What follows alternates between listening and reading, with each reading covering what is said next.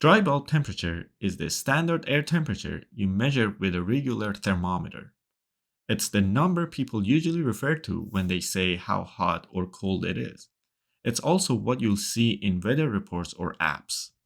Wet bulb temperature is measured with a thermometer whose bulb is wrapped in a water soaked cloth and exposed to airflow.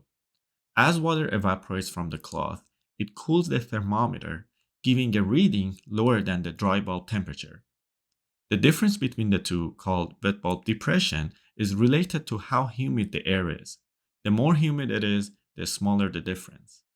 When the air is completely saturated, meaning 100% relative humidity, the dry bulb and wet bulb temperatures are the same.